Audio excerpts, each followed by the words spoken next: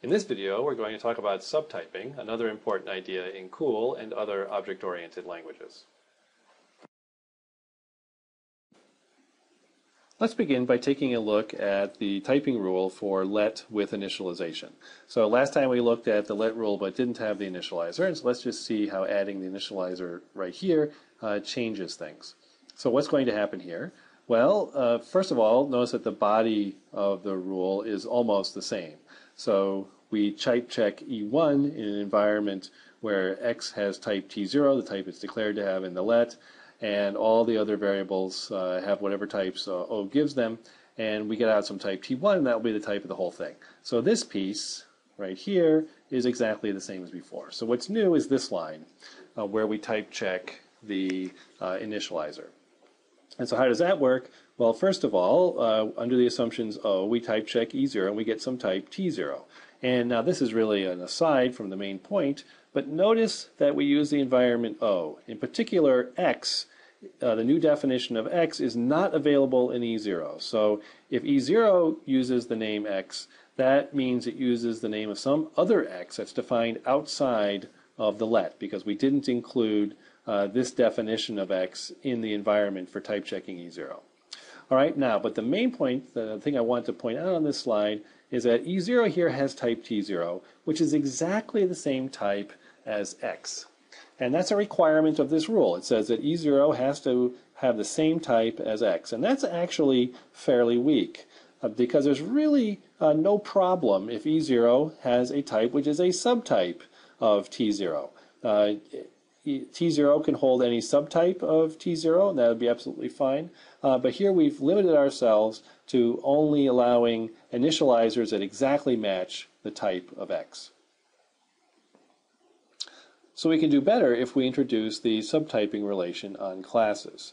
And the most obvious form of subtyping is that if X is a class and it inherits directly from Y, meaning there's a line in the code that says X inherits from Y, then X should be a subtype of Y.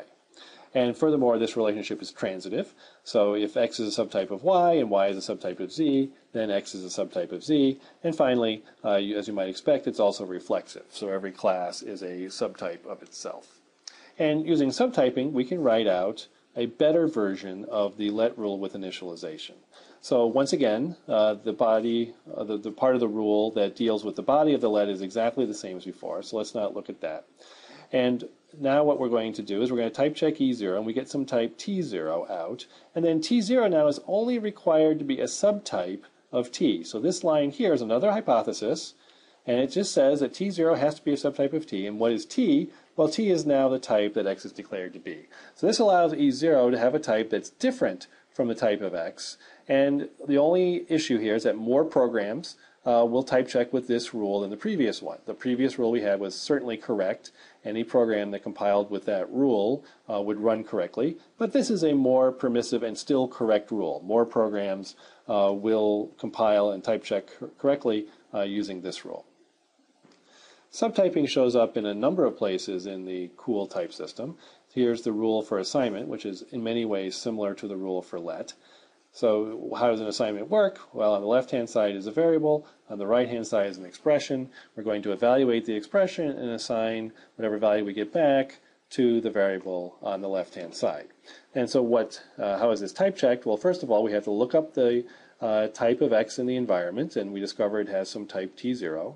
And then we type check E1 in the same environment, so the set of variables here is not changing. And so we type check E1 environment O, and we get some type T1. And now what has to be true for this assignment to be correct? Well, it has to be possible for X to hold a value of type T1. So X's type T0 has to be a supertype, has to be bigger than the type of T1. So if this constraint is satisfied, then the assignment is correct.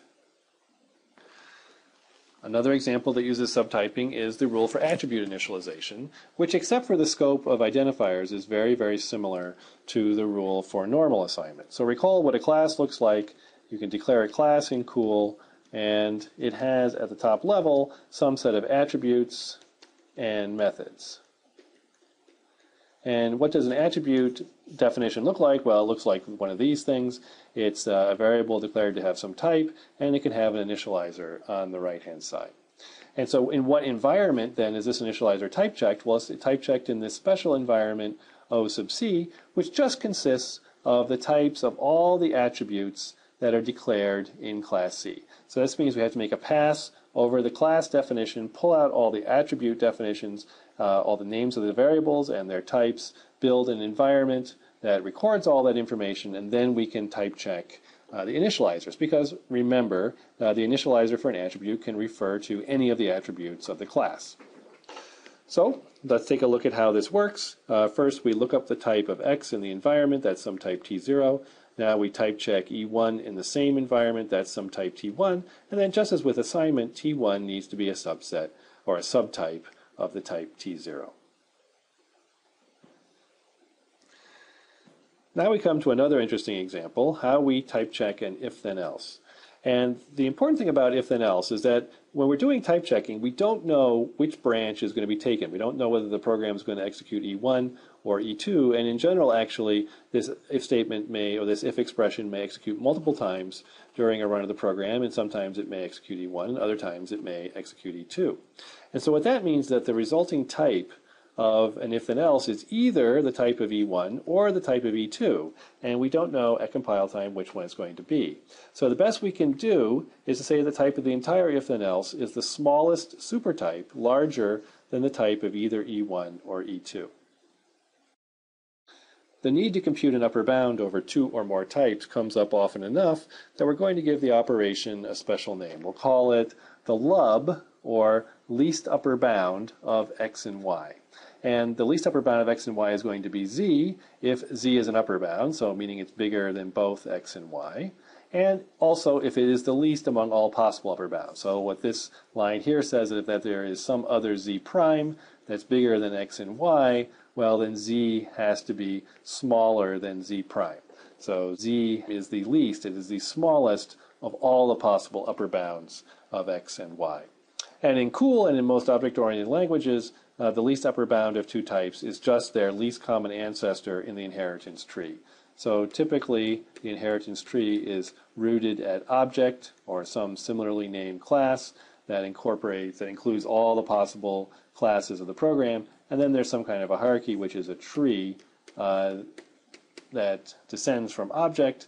And if I want to find the least upper bound of two types, say this type and this type, I just have to walk back through the tree until I find their least common ancestor. And so in this case, if I pick these two types out of my tree, this would be the least upper bound of those two types.